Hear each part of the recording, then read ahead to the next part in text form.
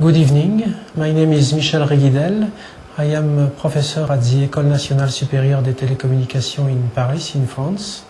And this evening I would like to talk about the twilight of the despotic digital civilization. I think that in the next 20 years we are going to see two convergences. The first digital convergence before 2010 will be resolving the differences between industries, telecom, information technology and audiovisual industry. Networks make up the visible and invisible net of transmission and communication, and this is now an environment in which all personal digital objects, mobile or fixed, are connected to a network that is always accessible.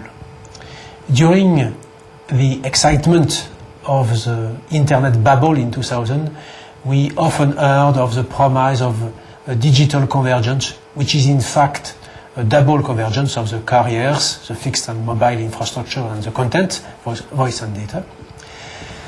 And the standardization of networks will ultimately result in the fusion of the previously distinct computing, telecom and audiovisual industries.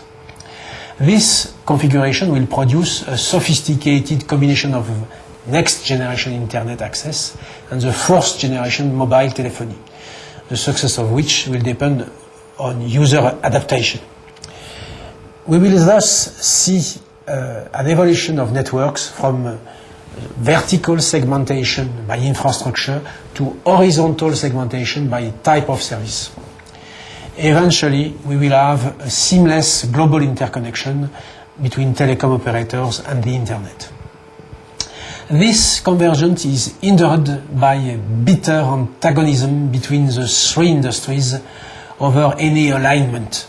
Of course, the computing industry, the largest tectonic plate of the three, will win, and convergence will take place through a consolidation of architectures and realignment of computing standards. In 2010, we will see an upheaval of seismic proportions. It will be nanotechnology and quantum communications after 2010. The Alan Turing universal computer was the dominant machine of the second half of the 20th century, and its basic construction has not changed since its creation. The power of computers has doubled every 18 months, in accordance with the Moore law. Miniaturization will be followed by techniques enabling finer and finer processing technology. We will soon see the last generation of traditional computer, which will be finger size rather than hand size and will become part of the fabric of daily life. Smart tags will replace barcodes, and disposable computers will be inserted in objects, clothes and under skin. This miniaturized communication object linked to the internet will offer a virtual unlimited selection of services. The software of these disposable computers will be accessible from public terminals and managed by devices that will have to be yet to be invented. At this point, we will have pushed transistors to the limit of their atomic scale, but we'll have entered the age of nanotechnology, and traditional computing will make the leap into the quantum age. Nanotechnology will enable the creation of intelligent nano devices capable of carrying out specialized tasks. They could, for example, be used in a telephone microphone. Quantum cryptography will ensure the transfer of confidential information contained in the new generation of credit cards and SIM cards, and so on. By the horizon of 2020, this will be a new era with bio-nano cyberspace into the quantum age. We can already foresee another convergence that should take place around 2020. That of nanotechnology, biology, quantum communication and traditional computing. This future confrontation is likely to be fierce, and it is a fairly safe bet that traditional computing with its dreary ones and zeros will not survive. This will be the end of the information society. This will be the death of the despotic digital era über alles. This will also be the undoing of digital computing as we know. It coded data by Shannon, coded program by Turing. Hardware locked in the solitude of the Moore law will have to break the chains of its obsession with even ever finer processing technology. Computing, the prisoner of a double asymptotic curve consisting of a monotonous dead end in hardware and inextricable complexity in software, will have to escape the current deadlock if it is to forge the post-internet society. Computing and telecom must reconnect with physical reality, returning to the atoms close to silicon in the Mendeleev periodic table, carbon and hydrogen of living biological cell, indium, germanium, gallium, and interfacing their peripherals with the human sense organs in order to ensure continuity with our biology. Mathematical modeling and computer simulation will ultimately generate hybrid applications. This will be computers in terms of data processing, but they will be also real in the way they will be made of in situ experiences. All the ontologies of this new world, these clusters of living cells linked to a computer, these fleets of nanorobots, and these bundles of photons will be distributed in networks. Some will even be carried out within the human body, however. For the time being, the representations of this kind of environment remain in the realm of science fiction. We can talk about research in general and digital science in particular. Research has been a controversial subject in France in 2004, not only because of its contents, but also because of its organization and funding.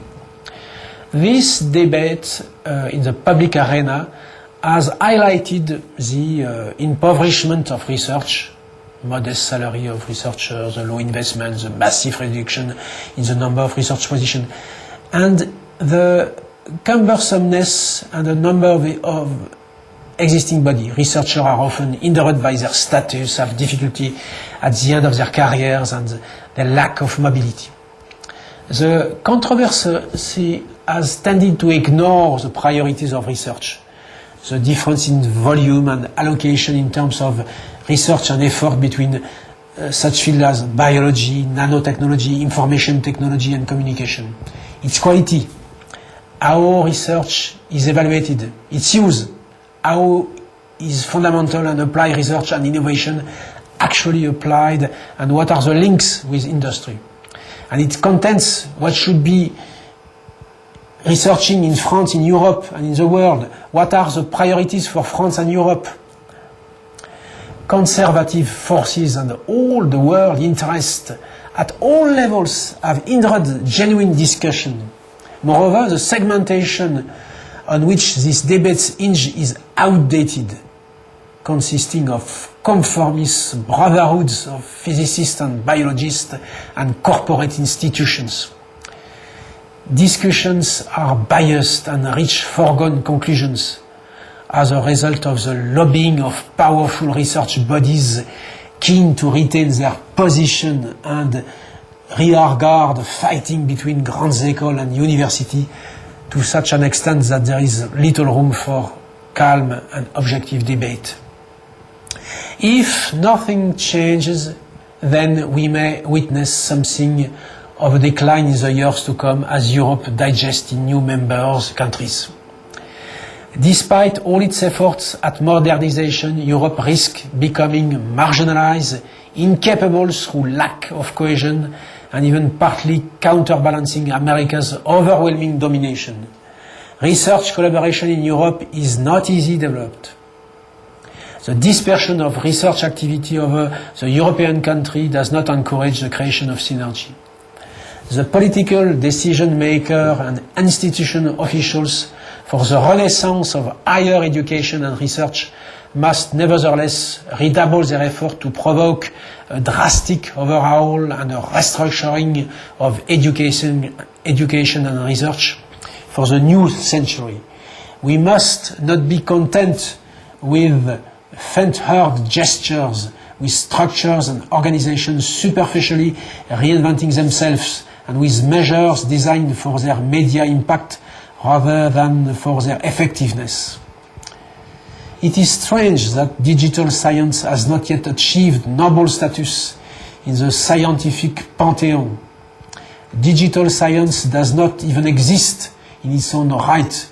Its position is only considered relative to the other true sciences, mathematics, physics, astronomy, medicine, the human sciences.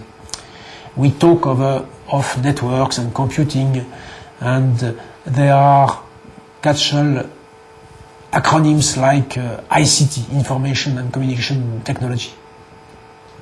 Furthermore, enlightened minds frequently complain and make summary judgments on this subject, of which they are not well informed and that they often underestimate. Some intellectuals associate the internet with a technological fetishism, while others place down the importance of networks, saying that the internet has not been behind a single scientific discovery.